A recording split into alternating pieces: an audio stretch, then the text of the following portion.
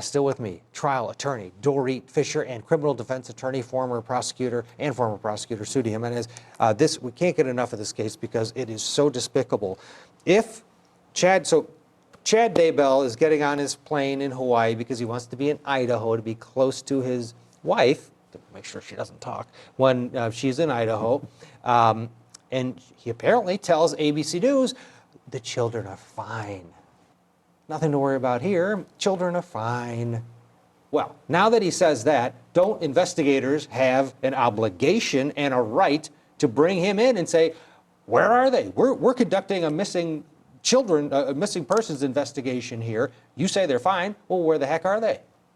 Is he now going to be part, I'm sure he was part of the investigation, but a prominent part of this investigation?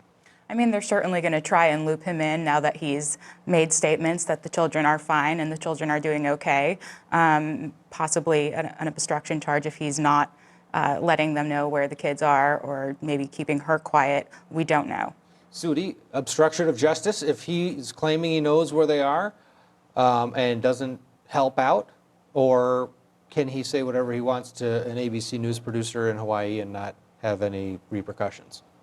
I mean, we do have the First Amendment. We can say whatever we want as long as you don't start hurting other people with your comments. And in this instance, it is possible he's interfering with an investigation. If he has information, then he needs to come forward and give it. Especially, it's not a game. We have two children whose lives, if they're still alive, they're probably in danger. They're not with their parents. Where are they? They're two young children.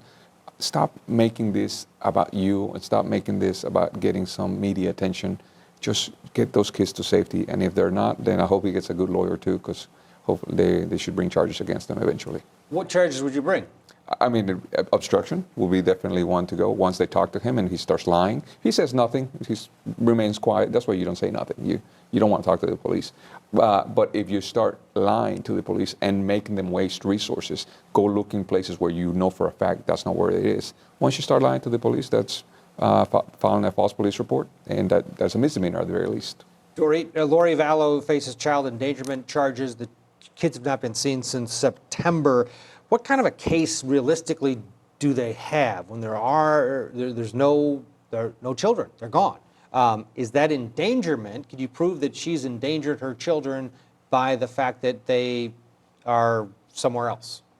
I mean, that's what they're doing right now. That's why they brought those charges. They were also hoping that these charges would put some pressure on her and get her to produce her children, because, I mean, this is the most simple thing in the world. Just produce the children. Just show us the children are safe, and she hasn't done that. And if she did, she would be out of jail in about 20 minutes. And Chad Daybell would be there, and they could pick up and go back to their Hawaiian doomsday cultish lifestyle. But the kids they have not been produced. And he is now in Idaho. He's come to support his wife. She's got a lawyer. I suspect she's not going to say a word. No. Will the state have enough to convict and keep her in jail in Idaho pending trial? Well, she did run. I mean, she went to Hawaii when she wasn't supposed to leave, and that's why there was an extradition.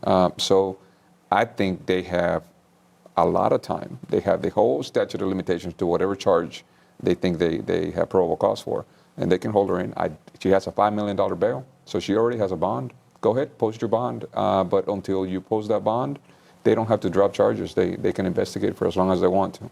And continue to build that pressure, and hopefully, I mean, my goodness, if these kids are alive, that would be fantastic. And if these two could grow up and tell the investigators where the kids are, then to your point, Dory, it'd be all over and we could all move on with our lives. Sadly, I suspect it may not be the case. Coming up, we've got a preview of our next live trial. Jury selection underway this morning. Julia Janae is in Florida where that's going on. We'll get an update from her and much more. Stay with us. You're watching Court TV, your front row seat to justice.